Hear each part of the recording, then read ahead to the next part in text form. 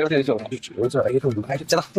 ഒരു അമൽ സുരേന്ദ്രന്റെ അറിയോ? അമൽ സുരേന്ദ്രൻ പരിചയം സുരേന്ദ്രൻ പോയി എന്താ നമ്മളൊരു കല്യാണാലോചനയായിട്ട് വന്നതാ.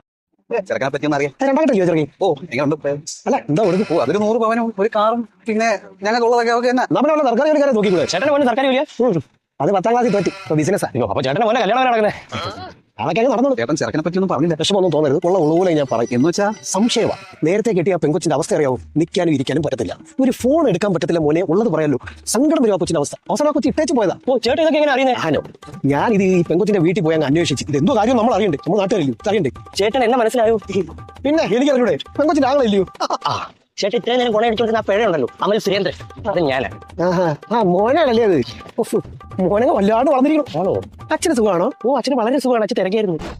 മോൻ ഒരേ നിർബന്ധമായിരുന്നു അവനെ പറ്റി തിരക്കുമ്പോൾ അവന് കൂടെ വേണമെന്ന്. എന്നാ പിന്നെ മോൻ ക്ഷണക്കത്ത് കൊടുത്ത് മാമനെ സ്വീകരിച്ചാൽ എന്താ? അല്ലെങ്കിൽ നല്ലതെന്ന് പറഞ്ഞു കഴിഞ്ഞാൽ നാട്ടുകാർ പട്ടിയൊക്കെ പിടിക്കും.